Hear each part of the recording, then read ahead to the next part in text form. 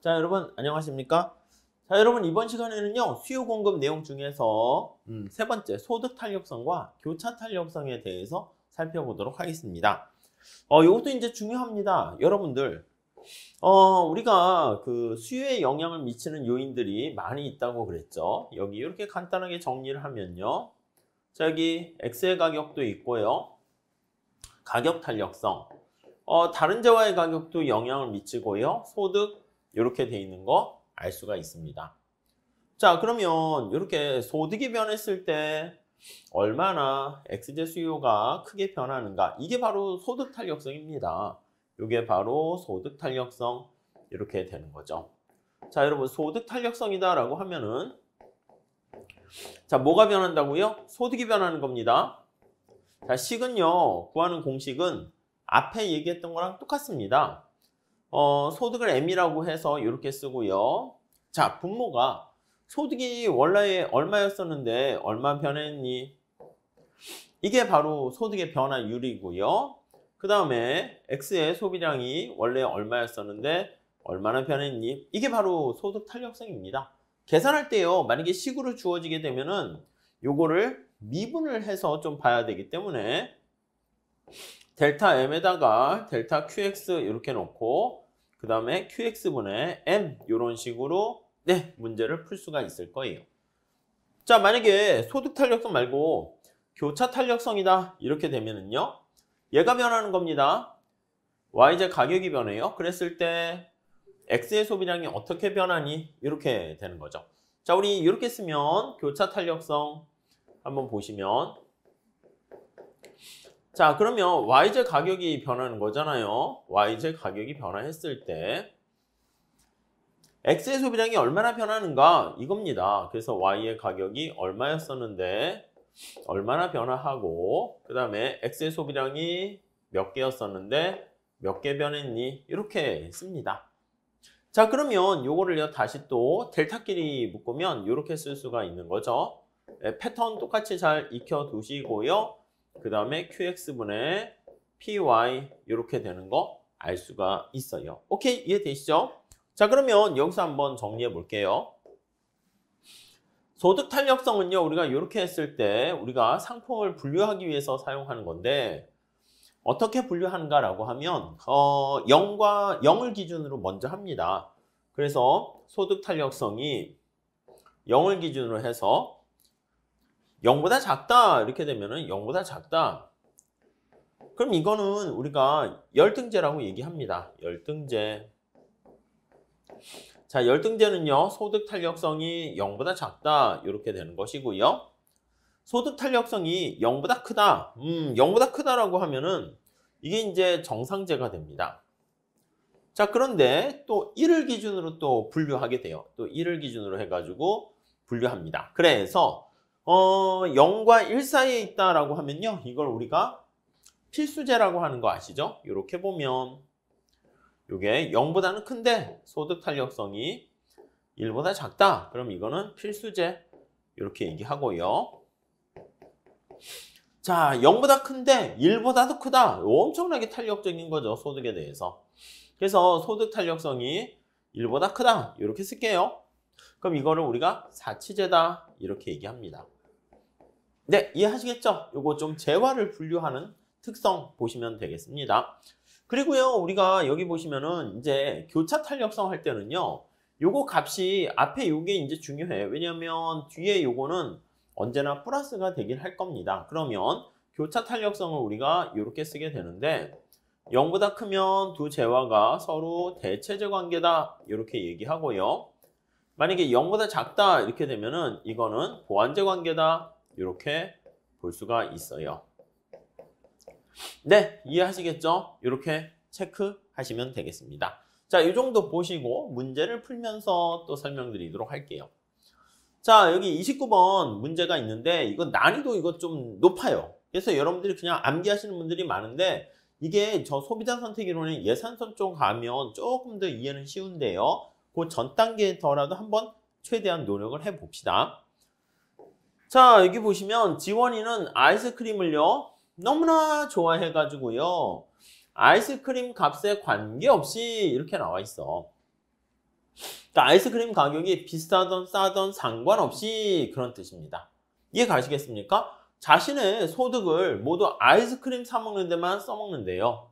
소득을 100%. 자, 그러면 아이스크림에 대한 지원이의 가격 탄력성과 소득 탄력성의 값을 구하세요. 이렇게 돼 있어요. 자, 여러분 우리 살짝 기본 강의는 들었다는 전제하에서 얘기를 하면 자, 우리가 소득을 이렇게 쓸 수 있어요. 여기 소득. 자, 그리고요, 지금 아이스크림이 관심사니까 아이스크림에 대한 소비량, 아이스크림에 대한 가격과 소비량의 곱 이렇게 돼 있고요.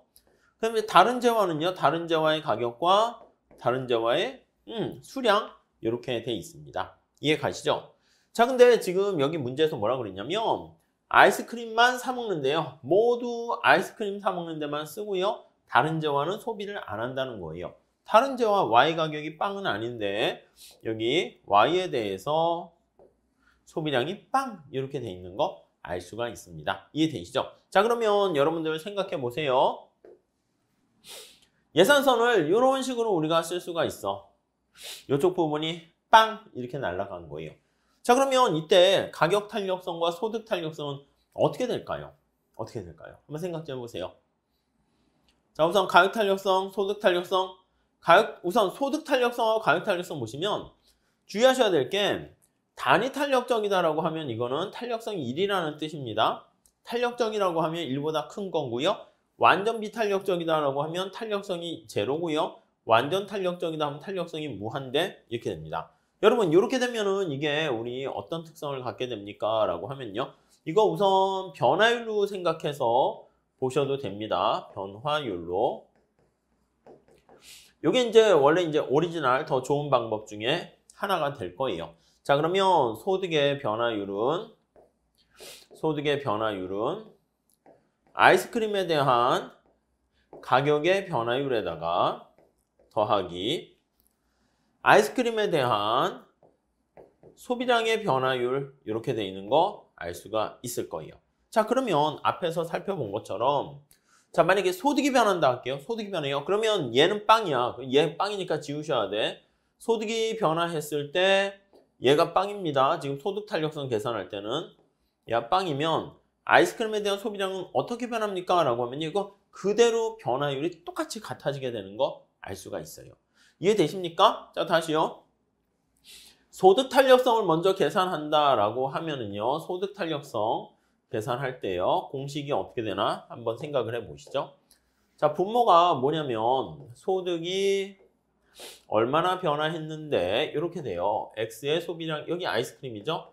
아이스크림의 소비량이 어떻게 되니? 이렇게 된다고요. 이해되시죠? 자, 그러면 얘가 빵이기 때문에 소득의 변화율과 얘가 똑같기 때문에 이때는 1 이렇게 되는 거예요. 이해 가세요? 그래서 단위 탄력적이야. 소득이 증가했는데 얘가 만약에 변함이 없다라고 하면 우리 전제 조건 했죠? 소득이 변화하면 소득만 변화하고요. 얘는 변화가 없는 거야. 그러면 전부 다 아이스크림의 변화로 가게 되는 거죠. 소득 탄력성 그래서 단위 탄력적이고요. 가격 탄력성도 마찬가지야. 여러분 가격 탄력성은 소득이 가만히 있고 가격만 변화하는 건데 가격이 얘가 만약에 빵이라고 할게요. 그럼 얘가 10% 올라가게 되면 얘가 빵이 돼야 되니까 얘가 마이너스 10% 이렇게 돼야 되잖아. 그럼 가격의 변화율 대비 수량의 변화율 하면 같아서요. 그래서 1 이렇게 돼요. 원래는 마이너스 1인데 우리가 절대값이어가지고 1 이렇게 하는 거죠. 아셨죠? 요거 스토리 잘 기억해 두세요. 요거 응용하는 거 되게 많아요. 휘발유를 무슨 뭐 일정하게 하는 다양한 측면에서 우리가 활용될 거예요. 아셨죠? 네, 잘 보시고. 자, 그 다음 31번 문제 여기 한번 봐보세요. 이것도 난이도 상으로 분류되어 있는데 사실 만만한 건 아닙니다. 좀 잘 보시면 자, 이거 어떻게 됩니까? 사과 수유의 가격 탄력성이 1.4고요. 먼저 문제를 한번 보세요. 문제를 봐보시면 가격 탄력성 1.4는 거는 요건 바로 뭐냐면 그 절대값이어가지고 원래 마이너스 있는데 그냥 플러스로 만든 겁니다. 자, 수유에 감귤이 영향을 미치는 거. 사과 수유의 감귤 가격 탄력성이니까 이거는 교차 탄력성이라고 볼 수가 있어요. 0.9. 이거는 플러스 마이너스 중요한 거죠. 자, 감귤과 사과는 무슨 관계예요? 플러스니까 서로 대체제 관계다라는 거 알 수가 있어요. 네, 요거는 탄력성이 커요. 탄력성이 크다, 탄력적이다라는 거 알 수가 있고요. 자, 그리고요. 사과 수요에 배에 대한 교차 탄력성, 즉 배 가격이 변했을 때 사과 수요에 어떤 영향을 미치는가? 이 교차 탄력성은 마이너스니까 배와 사과는 어떻게 경쟁제가 아니라 얘는 보완제 관계다라는 거 알 수가 있습니다. 네, 이렇게 보시면 되겠죠? 자, 그 다음에 사과 수요의 소득 탄력성은요. 1.2다 이렇게 했으니까 여러분 이게 정상제고요. 1보다 크니까 사과가 소득에 민감하게 반응해요. 정상제고 정상제 중에서 어떻게 된다? 사치제에 가깝다. 이렇게 보시면 되겠습니다. 오케이, 이해되셨죠? 다음 설명 중 옳은 것은 이렇게 나와 있습니다. 자, 우선 첫 번째 기억부터 하나하나 볼게요. 우선 하나씩 체크해 보시면 되겠습니다. 기억, 사과는 정상제다. 사과 다시 보세요. 사과. 여기 보시면 소득 탄력성을 봐야 되는데 1보다 크니까 정상제다. 맞겠네요. 사과 배는 대체 관계이다. 여기 보시면 사과 배 여기 있죠. 사과랑 배는 교차 탄력성이 마이너스니까 보완 관계네. 틀렸어요. 대체제 관계다. 아니고 보완 관계입니다. 다음에요. 디귿, 사과는 감귤과 보완 관계이다. 사과는요, 감귤과 여기 보시면 플러스이기 때문에 대체제 관계다. 이래야죠. 이거 두 개 바뀌었네요. 기억만 맞네. 니은 디귿 날라가고 니은 디귿 기억은 맞고 니은 끝났네. 답은 그냥 3번이겠네. 아셨죠? 그러니까 객관식에서는요. 이게 전부 다 체크하고 찾지 마시고요. 확실하게 맞은 거랑 확실하게 틀린 걸 보시고 그 다음에 거기서 고르시면 좀 더 쉽게 답을 고를 수 있어요. 자, 그 다음에 다른 조건이 불변일 때 사과 가격이 상승하면 판매자의 총수입은 여러분 판매자의 총수입은 어떻게 구합니까? 이거는 TR 이렇게 되면 P 곱하기 Q 이렇게 되는 거잖아요. 자, 여기 보세요. 사과의 가격이 탄력성 이렇게 나와 있잖아요. 1보다 크잖아. 탄력적입니다. 자, 그러니까 여기서요. 사과의 가격이 상승하면 탄력적이니까 얘가 어떻게 해요? 크게 하락한다 라는 거 알 수 있네요. 그러니까 얘는 떨어진다. 이렇게요. 이해 가시죠? 이렇게 보시면 되겠습니다. 자, 다음 35번 보세요. 35번 문제 한번 보시면 서건이 얘기네요. 서건이 얘기. 서건이는 소주 수요 함수가 이렇게 있어요. 요게 가격이고 요게 소득 M 이렇게 돼 있습니다. M은 소득. 자, P가 50이고요. M이 5,000이었는데 그러니까 이제 그게 정보가 주어져 있는 거죠. 그래서 P가 50 이렇게 주어지고요. 그리고 M이 5,000 이렇게 주어져요. M 여기다 대입하시고 그때 소주의 가격이 10% 하락했다. 이거는 지금 제가 말씀드리는 패턴대로 보셔야 돼요. 이 계산 문제인데다가 이 탄력성을 그냥 보시면 안 돼요. 난이도가 상인데 상상이라고 사실 보셔야 됩니다. 예, 이거 어려워요. 우리 책에 있는 게 만만하지 않습니다. 아셨죠? 혹시 여러분들은 야 이거보다 좀 쉬운 개념 정도 뭐 수요의 가격 탄력성이 뭐 정상제일 때 탄력성은 뭐 이래서 0보다 크고 0보다 작고 이런 차원이 안 나올 거예요. 시험 문제가. 만만치 않습니다. 시험 최소한 이 정도 이상은 하셔야 돼요. 아셨죠? 자, 이렇게 돼 있고요. 그래서 10% 하락했는데 소주의 수요량이 변하지 않았대. 변하지 않았대. 그럼 소득이 얼마나 변했게? 이렇게요. 자, 그러면요. 우선 첫 번째 우리는 소득 탄력성과 가격 탄력성을 직접 계산을 해 보셔야 됩니다. 자, 여기 P 여기 50과 M 5,000을 저기다 집어넣어요. 집어넣으면요. 얼마가 나와요?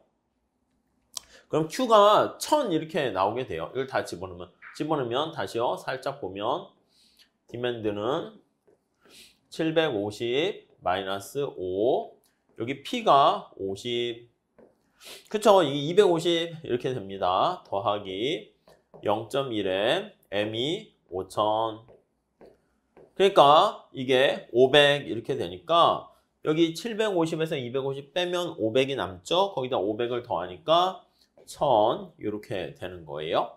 우선 가격 탄력성을 구하셔야 돼요. 가격 탄력성은 어떻게 구합니까? 라고 하면요. 절대값을 씌워요. 근데 요즘은 계산 문제 때문에 씌우지 않고 얘기하기도 합니다. 자, 그러면 이거는 공식 있잖아요. 가격이 변화했을 때 Q가 얼마나 변하고 Q분의 P가 어떻게 되니? 이렇게 됩니다. 자, 그러면요. 여기 나와 있잖아요. 요거요. 요거 이제 P를 Q로 미분하면 여기 마이너스 5 나오는 거 아시죠? 마이너스 5 따라오셨죠? 그 다음에 P와 Q 값은 여기 주어진 값을 집어넣는 거예요. 그래서 P는 어떻게 돼? P가 50이고요. Q는 어떻게 돼? Q는 여기 보시면 지금 구했잖아. 1000이잖아. 1000. 이렇게 구하시면 되겠습니다. 되셨죠? 그러면 어떻게 됩니까? 0.25예요. 0.25. 절대값을 씌우지 마시고 그냥 이렇게 할게요. 계산할 때는 절대값 안 씌우는 게 더 편해요. 자, 소득 탄력성 한번 구해볼게요. 소득 탄력성. 자, 소득 탄력성은요, 구하는 공식 보면 소득이 한 단위 변화했을 때 얘가 얼마가 되고 Q분의 M 이게 어떻게 되는가 요거예요. 자, 그러면 요거 값 한번 살펴보시면 자, Q를요, M으로 미분하는 거야. 그럼 이게 0.1이잖아요. 0.1이네요.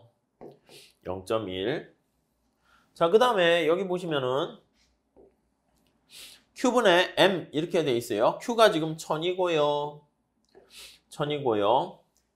M은 어떻게 됩니까? M이 5000입니다.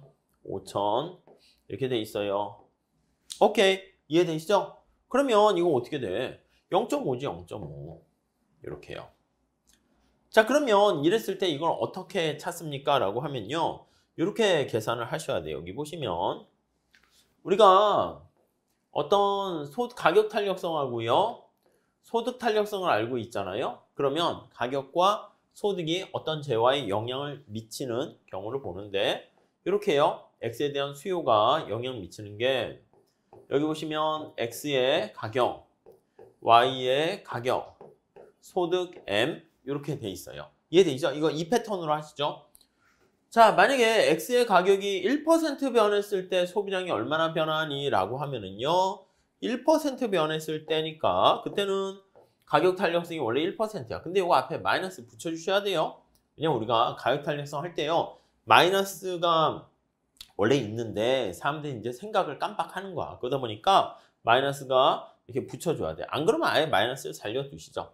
얘는 이제 실제 얼마나 변했니? 이거요. 그 다음에 얘만 변한 게 아니라 지금 얘는 가만히 있고요. 소득이 변화했습니다. 소득이 또 변화해서 소득이 1% 변했을 때 나타나는 게 소득 탄력성이고 실제 얼마나 변했니? 이렇게 나타낼 수가 있어요. 자, 그래서 우리가 여기 살펴보시면 요 수요량이 변하는 거 나타내잖아요. 그럼 수요량이 얼마나 변했습니까? 라고 하려면 여기 나와 있는 것처럼 가격 탄력성에다가 곱하기 얼마가 변했니? 더하기 그 다음에 소득 탄력성에다가 곱하기 얼마가 변했니? 이렇게 되는 거예요. 이해 가시죠? 자, 그러면 여기 한번 주어진 값 볼게요. 가격 탄력성은 마이너스 0.25고 소득 탄력성은 0.5예요. 자, 가격 탄력성은요. 얘가 마이너스 붙어요. 마이너스 0.25고요. 소득 탄력성은요. 얘가 0.5입니다. 이렇게.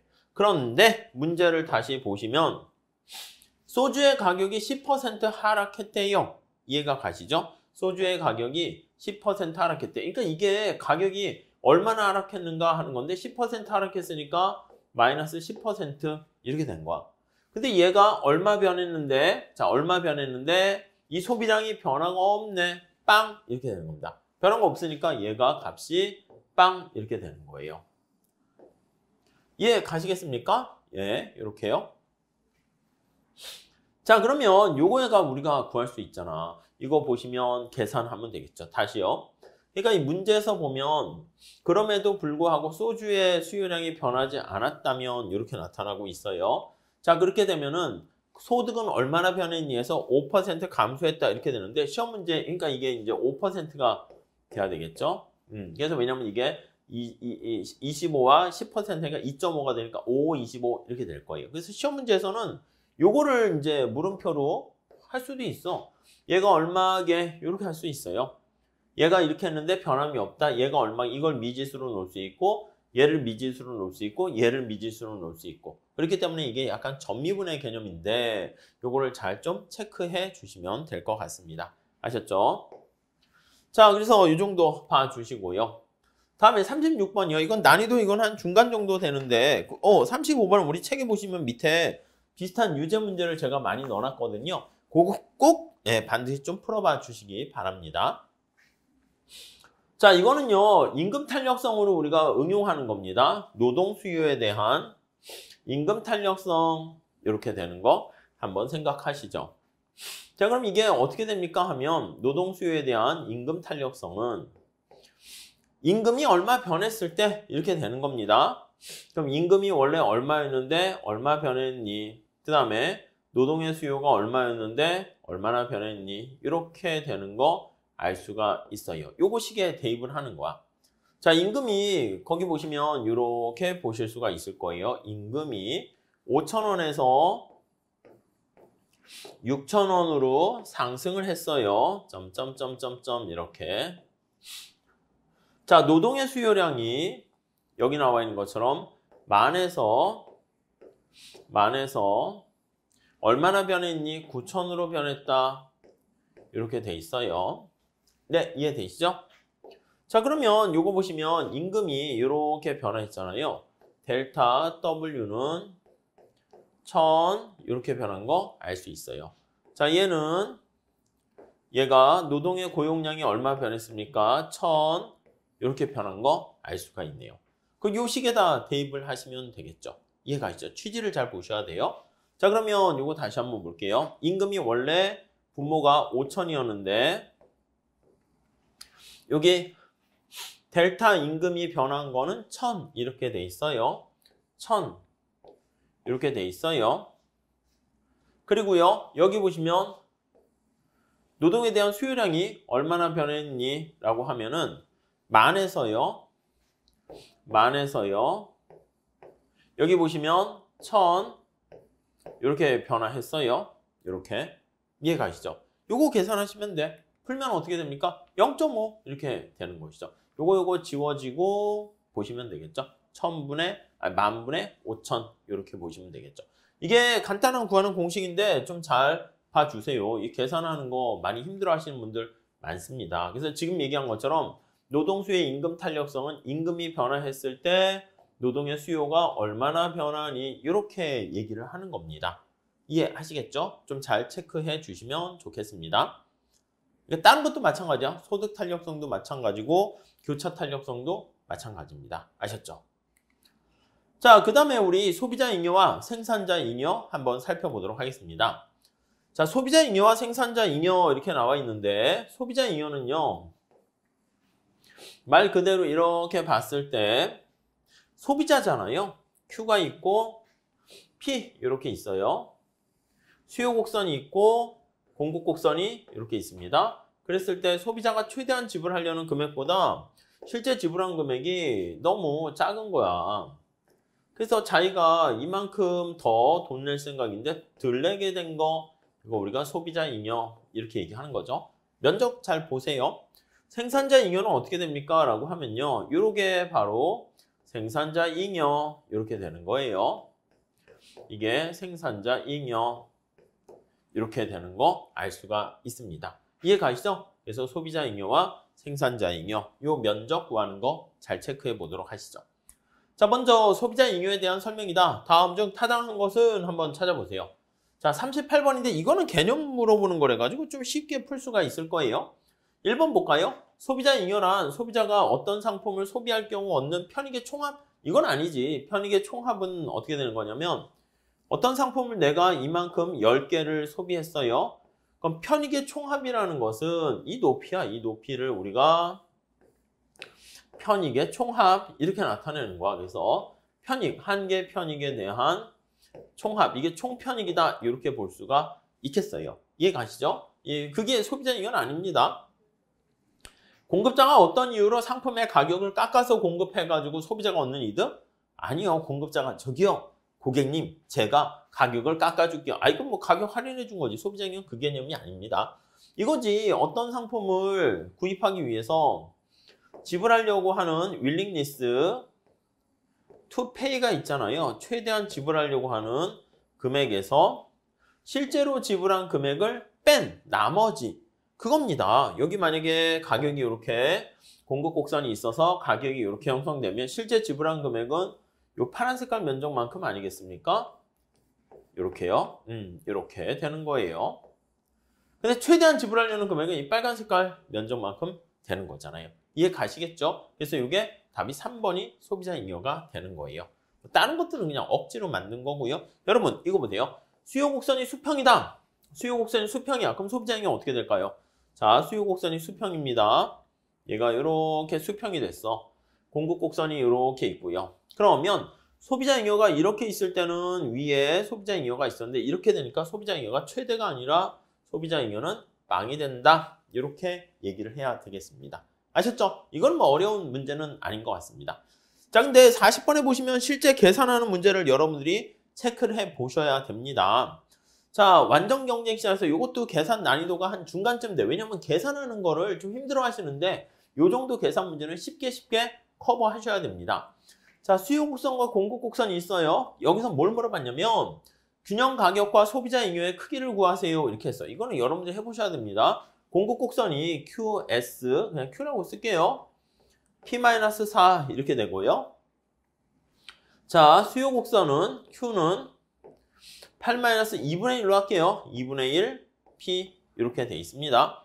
자, 그러면 우리가 여기 나와 있는 것처럼 수량이 이렇게 있잖아요. 수량 Q가 이렇게 있잖아요. 이 두 개 같게 놓고 푸시면 돼요. 그러면 P-4는 8-2분의 1 P 이렇게 되는 거 알 수가 있습니다. 자, 그렇게 되면 우리가 P 값이 얼마가 되는 거냐면 요게 8 이렇게 돼요. 그래서 답은 8 중에서 골라야 돼요. 얘는 날아가고 날아가고 날아가고. 아셨죠? 요거 계산하시면 될 것 같고요. 12 넘어가고 3분의 2P 이렇게 되니까요. 자, 근데 여기서 소비자 잉여의 크기를 구하세요 했으면 이거를 구해야 되는 거잖아요. 이거 구하려면 8을 여기다 집어넣어서요. Q값을 먼저 또 찾아야지. 8을 넣으면 여기는 4 이렇게 될 거고요. 요걸 구하려면 여기 삼각형, 여기 수직축 절편을 알아야 됩니다. 그러면 저거는 어떻게 되냐면 Q가 빵일 때니까 P는 16 이렇게 될 때예요.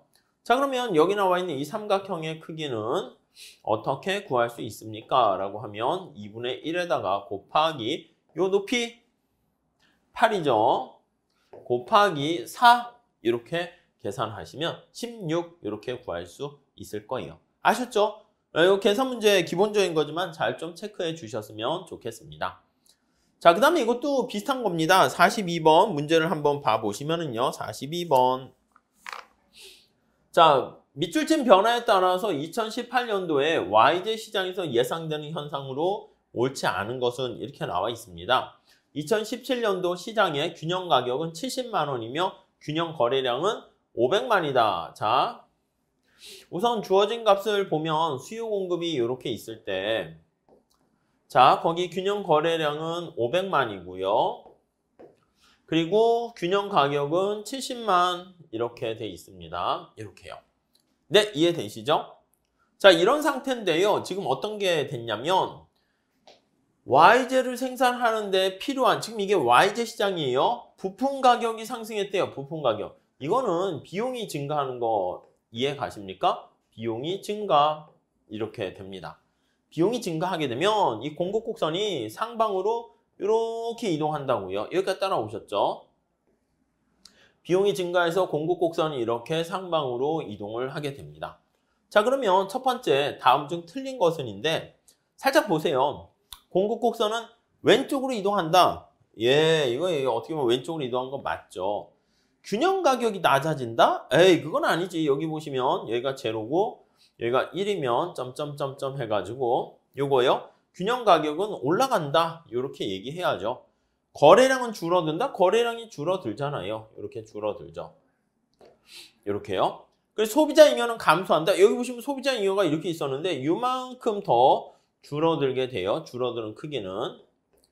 자, 소비자 잉여 감소하는데 얼마나 감소했습니까? 이만큼 감소하는 거 알 수가 있고요. 사회적 후생은 감소한다? 여러분 잘 보세요.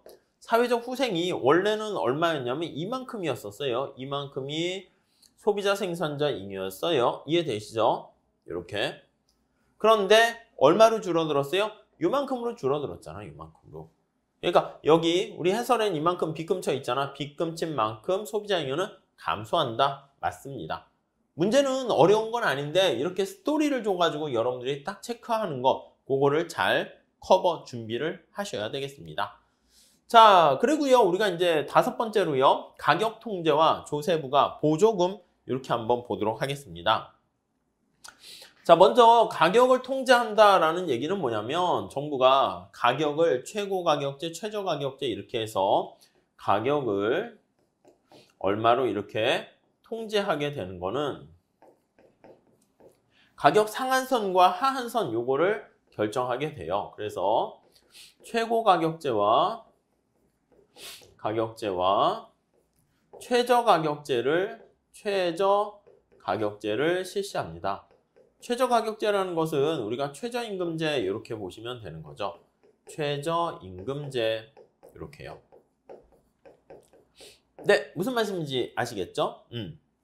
자, 그러면 가격을 컨트롤하게 되면 우리가 최고 가격제는 보통 임대료 시장 같은 거 할 때 얘기합니다. 그래서 주택시장 같은 거 생각하시면 돼. 가격이 시장에서 너무 높기 때문에 가격의 상한선을 설정하게 돼요.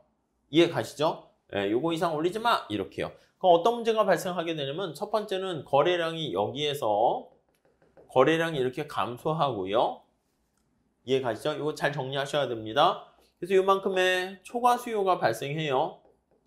초과 수요가 발생하게 되고 그 다음 거래량이 감소해서 요만큼 삼각형만큼 사회적 후생 손실이 발생합니다. 데드웨일 로스가 발생하게 되고요.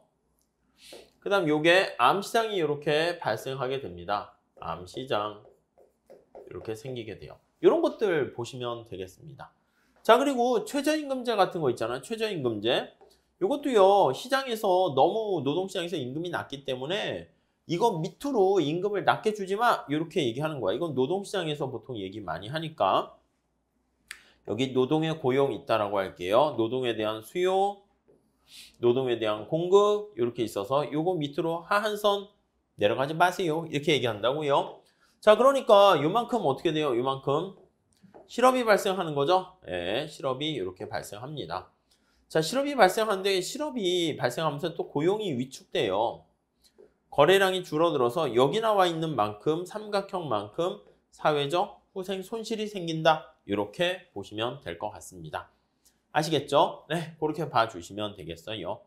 자, 그리고요 조세를 부과하게 되면 텍스를 부과하게 되면 우리가 중요하게 생각하셔야 될 게 생산자한테 부과나 소비자한테 부과나 그 효과는 똑같습니다. 그래서 우리가 이 공급곡선을 이동시키면 되겠죠? 공급곡선을 상방 이동시켜서요. 이렇게. 그럼 이렇게 된단 말이죠. Q, P 이렇게 되는 거 알 수가 있어요. 자, 그럼 여기가 0, 여기가 1, 점점점 해가지고 여기가 2 이렇게 돼요. 여러분, 정부의 조세 수입의 크기는 어떻게 됩니까? 이게 정부의 조세 수입의 크기가 된다라는 거 알 수가 있고요. 이렇게. 자, 역시 여기도 마찬가지입니다. 이게 사회적 후생 손실이 이만큼 발생하게 됩니다. 이렇게요. 이거를 뭐라 그러냐면 우리가 데드웨일 로스라고도 하고요. 아니면 이걸 익세스 버든이다 해서 초과 부담이다 이렇게 얘기를 합니다. 아시겠죠? 그런 정도 보시면 돼요. 자, 그리고 이제 요 계산하는 문제까지 잘 보셔서 정리하시면 되겠고 가끔 탄력성까지 물어보기도 합니다. 자, 이거 내용 우리 어려우신 분들은 그 기본 강의 그거를 좀 잘 천천히 한 번 더 음미해 주시면 좋겠습니다. 자, 44번 문제 한번 보도록 할게요. 44번. 자, 44번은요. 정부의 가격 통제에 관한 설명으로 옳지 않은 것은 거기 밑에 해설표를 잘 그려놨습니다. 여기 이거 있죠? 잘 보세요. 최고 가격제를 실시했을 때 나타내는 특징. 시장의 균형 가격보다 너무 이게 지금 시장의 균형 가격이 높으니까 균형 가격보다 낮아야지 효과가 있게 되는 거 알 수가 있고요. 자, 최고 가격제 실시하면 초과 수요가 발생하고요. 암시장, 블랙마켓이 생길 수가 있어요. 그리고 유효한 최고 가격제는 공급량의 감소를 낳게 되고 사회적 잉여를 감소시켜서 사회적 후생 손실이 발생한다. 이렇게 보시면 돼요. 최저임금제, 최저가격제도 마찬가지입니다. 아셨죠? 자, 여기 볼게요. 최고 가격제를 실시하면 암시장이 발생할 수 있어요. 뭐 이거는 쉬운 얘기니까 넘어갈게요. 자원 배분의 왜곡을 초래합니다. 얼마나 왜곡이 발생합니까 하면 데드, 웨잇, 로스 이렇게요. 사회적 후생 손실, 자중 손실 또는 사중 손실 이렇게 얘기합니다. 발생 보시면 되겠죠. 최고 가격제를 실시하면 시장 거래 가격이 낮아지게 되는 것이고, 그죠? 균형 가격보다 낮은 수준에서 강제로 누르는 거예요. 공급되는 제품의 퀄리티가 떨어져요. 그래서 집값을 너무 규제하게 되면 우리가 값싸고 좋은 상품이 있다는 건 말이 안 돼요. 그렇기 때문에 집의 퀄리티가 떨어질 수밖에 없고요. 최고 가격제는 저소득층한테 공평한 기회를 제공할 수도 있어요. 어떻게 보면. 근데 그 측면에서만 보는 게 아니라 사회 전체적인 후생을 증가시키는 게 아니라 이거 자원 배분의 왜곡을 초래해서 경제 전체적으로 봤을 때는 좋지 않은 결과를 초래한다. 이렇게 보시면 되겠습니다. 자, 그리고 실효성 있는 최저임금제는 우리 앞에서 본 것처럼 초과 공급이 되기 때문에 그래서 비자발적 실업을 발생시킨다라고 보시면 될 것 같습니다. 아셨죠? 네, 그렇게 정리해 주세요. 이것도 중요한 문제입니다. 자, 다음 이거는 좀 난이도가 좀 높아요. 말문제긴 한데요. 46번 되겠습니다. 46번 한번 펼쳐주시고 잘 한번 보시죠. 자, 우선 첫 번째는요. 수요 곡선이 공급 곡선보다 탄력적인 경우. 여러분, 우리 세금을 부과할 때는요. 생산자한테 부과하나 소비자한테 부과하나 조세를 전가시킬 수 있기 때문에 조세의 전가와 귀착 이런 문제가 된단 말이죠. 자, 그래서 이걸 다시 한번 볼게요. 여러분, 어떤 가격이나 이런 거에 대해서 탄력적이다라고 하면 힘이 세다는 뜻입니다. 자, 수요 곡선이 수요가 공급보다 당연히 공급을 기준 대상으로 하는 거죠. 더 탄력적이라면 이거 한번 생각해 보세요. 더 탄력적인 경우.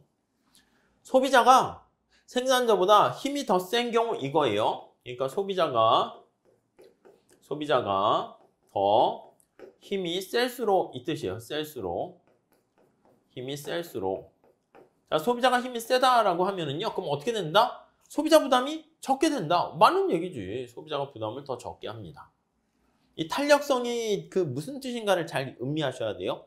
아셨죠? 어떤 가격에 대해서 비탄력적이면 마약 이거 어떻게 해요? 가격이 올라가도 내가 선택할 수 있는 대체제가 없으니까 고스란히 다 부담을 할 수밖에 없는 거죠. 자, 수요 곡선과 공급 곡선의 탄력성이 낮을수록 이게요. 탄력성이 크다라는 건 사람들이 막 쉽게 도망을 가는 거야. 그러니까 탄력성이 작을수록 후생 손실은 비중이 작아지게 됩니다. 그래서 우리가 이 탄력성, 초과부담이라는 그 식은 공식으로도 암기하셔야 돼요. 2분의 1 세율의 제곱. 탄력성 할 때요. 가격 수요의 탄력성분의 1, 공급의 탄력성분의 1 이렇게 있고 PQ 이렇게 되는 거 알 수가 있어요. 이해 가시죠? 이 공식 암기하셔야 됩니다. 그래서 여기 나와 있는 것처럼 이 가격 탄력성 같은 게 높거나 이게 수요의 탄력성이에요. 수요의 가격 탄력성이고요. 그리고요, 얘는 공급의 가격 탄력성이에요. 공급의 가격 탄력성. 그러니까 수요의 가격 탄력성과 공급의 가격 탄력성 이거를 봤을 때 탄력성이 크면 클수록 어떻게 된다? 맞아요. 초과 부담이 커진다. 이렇게 보시면 되겠습니다. 자, 이론적으로 봤을 때 세율이 너무 높아지면 이걸 레포 곡선 얘기하는 겁니다. 정부의 조세 수입이 감소할 수 있어요. 그러니까 세율이 너무 높으면 사람들이 아예 일을 하지 않는 거야. 이해 가세요? 요거요. 레포 곡선은 어떻게 그립니까? 여기가 세율이고요. 세율이고 여기가 이제 조세 수입이에요. 조세 수입. 자, 그랬을 때 조세 수입과 세율과의 관계는 모양이 이렇게 된다는 거야. 그래서 우리가 이제 뭐라 그러냐면 이쪽 부분이 있잖아. 여기 부분이요. 여기를 금지 영역 이렇게 얘기합니다. 금지 영역 이렇게요. 금지 영역. 금지 영역. 그러니까 세율 인상을 금지하는 영역이다. 이렇게 보시면 될 것 같습니다. 아셨죠? 자, 석유에 대해서 세금을 새로 부과하는 경우 단기보다 장기. 맞아요. 장기가 어떻게 됩니까? 단기보다 탄력성이 큰 거야. 그 세금을 딱 때리게 되면은 장기에 탄력성이 크다라는 걸 이용하면 여기 초과부담 탄력성이 클수록 여기 탄력성이 클수록 초과부담이 커진다고 그랬잖아요. 사회적 후생 손실이 커진다고 그랬잖아요. 그러니까 바로 그 얘기를 여기 하게 되는 것이죠. 오케이? 다음에 최저임금제의 효과는 노동 수요의 곡선보다 공급 곡선의 탄력성의 크기에 달려있다? 아니요, 이게 틀렸지. 여기 한번 볼게요. 자, 여기 한번 보도록 하겠습니다. 이렇게 한번 보실까요? 자, 노동시장을 지금 그림을 그리고 있어요. 노동이 있고 임금이 있어요. 자, 노동에 대한 공급 곡선이 이렇게 있습니다. 수요 곡선이 만약에 이런 식으로 좀 가파른 수요 곡선이 있고요. 하나만 더 할까요? 수요 곡선이 좀 이렇게 완만한 수요 곡선이 있다고 할게요. 완이라고 쓸게요. 얘는 가파른 수요 곡선 이렇게 있습니다. 자, 만약에 정부가 시장에서의 균형 임금은 여기서 결정이 될 텐데요. 이렇게. 자, 이때 만약에 정부가 임금을 최저임금을 설정했는데 이렇게 최저임금을 설정한 거야. 임금의 하한선인 최저임금을 이렇게 결정을 했습니다. 네, 이해 가십니까? 자, 그러면 고용량이 원래 균형점이 여기에 있다가 노동의 수요 곡선이 가파른 경우는 일자리가 줄어들어요. 요만큼 줄어드네요. 요만큼. 그래서 초과 부담이 여기서부터 요만큼 생기게 되는 거예요. 이렇게. 네, 이해되시죠? 근데 만약에 수요 곡선이 이렇게 완만하게 되면은요. 완만하게 되면 여기까지 거래량이 줄어든단 말이죠. 이렇게요. 그래서 거래량이 이렇게 줄어들어요. 그럼 초과 부담이 어떻게 돼?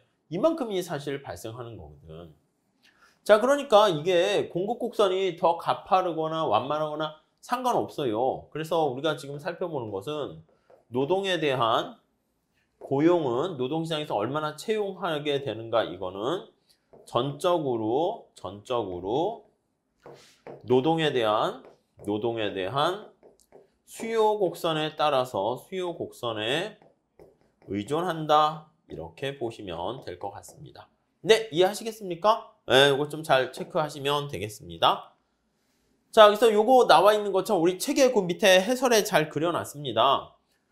초과부담이라는 것은 여기 나와 있는 게 간단하게 이게 공급 곡선이 수평이기 때문에 초과부담이라는 것은 2분의 1 세율의 제곱 탄력성 PQ 이렇게 돼서 세율의 여기 제곱이라고 써주세요. 제곱에 의해서 탄력 초과부담이 발생하고요. 수요의 가격 탄력성이 커질수록 초과부담이 커지는 거 알 수가 있고 이게 여기 보시면 탄력성이 클수록 클 때랑 작을 때 보면 이 삼각형의 크기 알 수가 있고요. 세율이 2배에서 여기서 보시면 T에서 2T로 올라가면 요만큼이 초과부담이었는데 이거면 이제 4배 정도 되는 거 보이세요? 1, 2, 3, 4 이렇게요. 알 수 있죠. 그리고 거래액이 커질수록 당연히 커진다. 이 정도 봐주시면 될 것 같습니다. 자, 그 다음에 최고 가격제와 관련된 설명 중 옳은 것은 해가지고 이건 약간 중간 정도의 난이도인데요.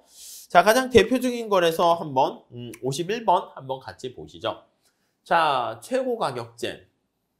앞에서 본 것처럼 시장에서의 균형 가격이 너무 높은 거야. 그래서 야, 이거 이상 가격 올리지 마세요. 이렇게 가격의 상한선을 설정하는 겁니다. 자, 그러면 암시장이 생길 가능성이 있고요. 블랙마켓. 거래량이 줄어들잖아. 거래량이 이렇게 있다가 거래량이 이렇게 줄어들어요. 10개가 거래되다 5개가 거래되니까 초과 수요가 발생해요. 그러다 보니까 이렇게 해서 네, 암시장이 발생합니다. 블랙마켓이 생기게 되고요. 네, 그 다음에 초과 수요를 이야기한다. 그렇죠. 초과 수요의 크기는 어떻게 됩니까? 여기서부터 이만큼이 초과 수요가 발생한다.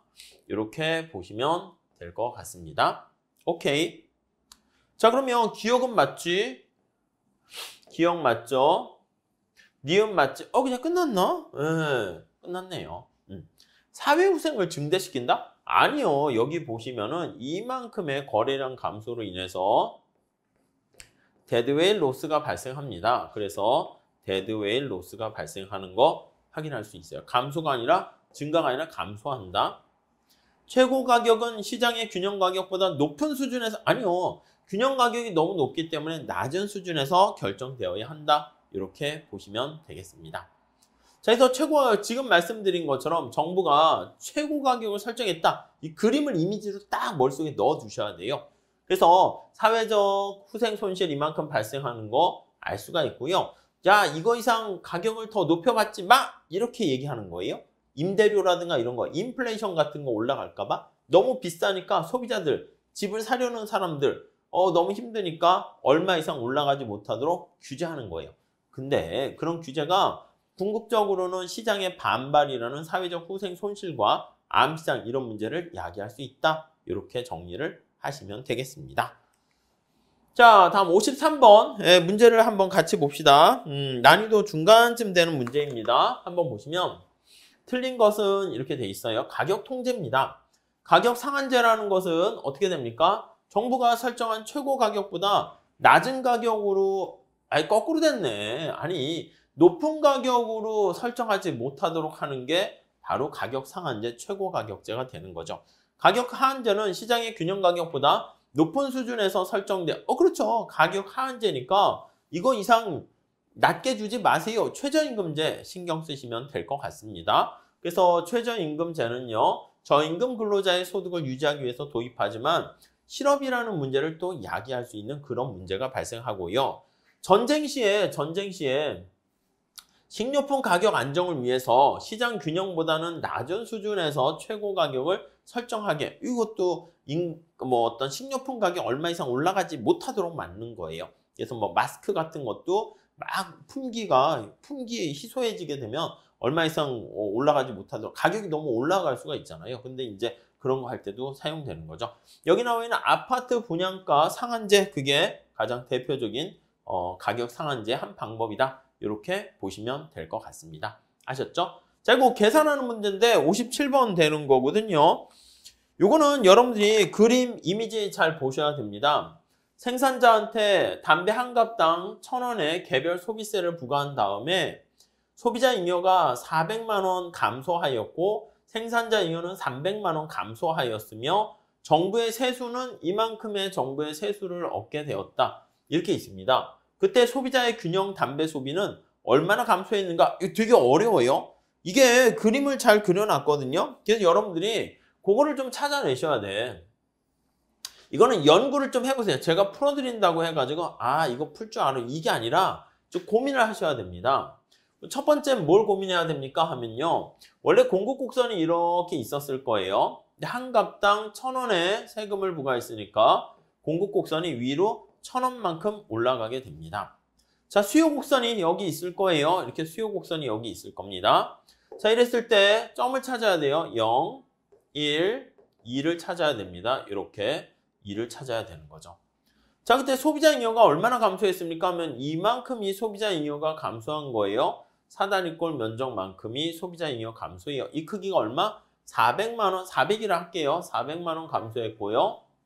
그 다음 생산자 잉여는 300만 원 감소했으며 생산자 잉여가 얼마나 감소한 거야? 여기서부터 이만큼 감소한 거예요. 이렇게요. 이해 가시죠? 그럼 생산자 잉여는 300만 원만큼 감소했어요. 그럼 둘이 감소한 크기는 얼마야? 여기 나와 있는 검정 색깔 사다리꼴과 파란 색깔 사다리꼴 합하면 700만 원 감소한 거야. 그렇죠? 근데 정부의 조세 수입은 어떻게 됩니까? 정부의 조세 수입이 색깔을 다른 걸로 할게요. 형광펜 한번 써봅시다. 정부의 조세 수입은 이게 정부의 조세 수입이 되는 겁니다. 이렇게요. 이해되세요? 정부의 조세 수입. 정부의 조세 수입을 이렇게 한번 봐보면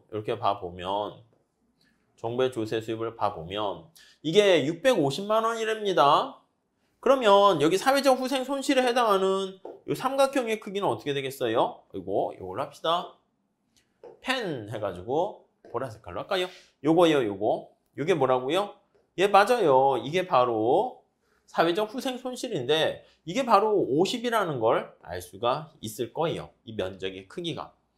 자, 소비자 균형의 담배 소비는 얼마나 감소했는가 이걸 찾아내는 거지. 이렇게요. 우선 첫 번째 해결하셔야 되는 거는 정부의 세수입이 650이잖아요. 여러분 이거 높이 얼마인지 아세요? 1000이라고 그랬어요. 1000. 여기 이만큼 세금을 때린 거잖아. 그러면 여기가 650만 원이 되려고 하면요. 당연히 6,500 이렇게 돼야 돼요. 숫자가 좀 너무 커요. 여기 6,500 이렇게 돼야 되는 거 알 수가 있어요. 요만큼 값을 우리가 파악할 수도 있겠죠. 이해 가시죠? 그러면 여기가 6,500이야. 6,500이고 그리고 요거 보시면 요게 1000이에요. 1000. 이게 50이라고 그랬어요. 이 삼각형의 크기가. 그러면 삼각형 크기는 2분의 1 곱하기 요 높이는 1000 곱하기 요거 높이 찾을 수 있겠죠. 요 높이 x, y라고 합시다. y 이렇게요.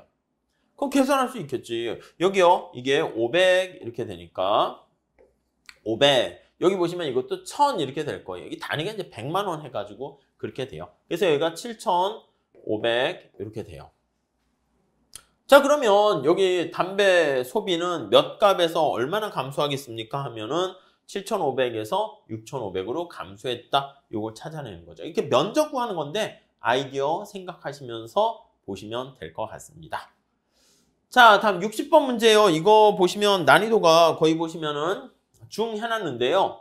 정부가 소비를 촉진하기 위해서 소비자에게 단위당 10의 구매 보조금을 지급을 했습니다. 보조금을 지급하게 되면은요. 그렇게 되면은 우리가 사회적 후생 손실이 생겨요. 이게 얼마 생깁니까 하면요. 거기 60번 문제 거기 해설 보면 제가 잘 그려놨어요. 지금 여기 소비자한테 보조금을 줬어요. 근데 생산자한테 주나 소비자한테 주나 똑같습니다. 그래서 공급자가 이렇게 있으면 이렇게 해서 수요 곡선이 있잖아요. Q예요. 그럼 공급자한테 단위당 10의 보조금을 줬다라고 하면 공급 곡선이 이렇게 하방으로 이동을 하는 거야. 그럼 여기가 0, 여기가 이제 1 해서 소비자가 내는 가격이 됩니다. 이렇게요. 이제 원래 균형 가격이 이렇게 있고요. 균형 가격이 있고 여기가 피소, 소비자가 내는 가격은 이거고요. 생산자가 수취하는 가격은 여기서 이만큼 올라가서 여기가 2 이렇게 돼요. 이렇게요. 그래서 이게 바로 피생, 생산자가 수취하는 가격입니다. 자, 우리는 원래는 소비자한테 이렇게 세금을 때렸다라고 하면 소비자한테 세금 때리나 보조금 하면 원래 수요 곡선이 이동하는 거야. 소비자야, 내가 보조금 줄 테니까 물건 좀 더 사. 이렇게 되면 수요 곡선이 이렇게 밖으로 이동하는 거. 그러니까 공급 곡선이 내려가나 수요 곡선 내려가나 우리가 찾을 거는 0, 1, 2 이렇게 찾으면 됩니다. 자, 그러면요. 우리 전에 얘기한 것처럼 보조금으로 인해서 발생하는 사회적 후생 손실, 자중 손실은요. 원래는 이게 사회적으로 바람직한 거래량이 되는 건데 거래량이 더 이렇게 증가합니다. 더 증가해요. 그래서 여기 나오는 삼각형 있잖아요. 삼각형. 이만큼의 사회적 후생 손실이 생긴다고 해요. 이걸 찾아내는 거야. 이거는 여러분들이 직접 계산을 한번 해보세요. 20 나오는데요. 찾는 방법 아시겠죠? 높이는 아시겠죠? 얼마인지? 얼마예요? 10, 10 이건 알고 있고요. 이제 균형점을 찾아야 돼. 그럼 요 점을 찾아야 되고 요 점을 찾으면 거래량을 구할 수 있잖아. 그럼 요 높이를 구할 수가 있게 됩니다. 요만큼. 델타 Q가 얼마나 증가했니? 요거를 구하는 거죠. 그래서 여기에 나와 있는 이것도 데드웨일 로스는 2분의 1에다가 곱하기 요 높이가 지금 얼마? 10이고요. 곱하기 델타 Q 요걸 찾는 거야. 이건 여러분들이 직접 한번 해주시죠. 아셨죠? 자, 그래서 이 보조금은 약간 어려울 수는 있어요. 어려울 수 있지만 조세랑 똑같다라고 보시면 되겠습니다. 자, 이번 시간에 우리가 소득 탄력성과 교차 탄력성 그거를 이용한 계산 문제 봤는데 머릿속에 암기하셔야 됩니다. 그리고 이제 가격 통제 관련해서 최고 가격제, 최저 가격제 받고 더 나가서 보조금을 지급했을 때도 역시 사회적 후생 손실이 발생하는 거. 조세를 부과했을 때도 발생하는 사회적 후생 손실. 더 나가서 말 문제일 때는요. 소비자에 대한 수요의 가격 탄력성이 공급 탄력성보다 클 경우에 누가 더 조세를 많이 부담하는가 그런 것들 잘 준비해 주시면 되겠습니다. 아셨죠? 자, 이렇게 하시고요. 다음 시간에 이어서 또 같이 공부해 보도록 하겠습니다. 복습 잘 해 주시기 바랍니다. 감사합니다.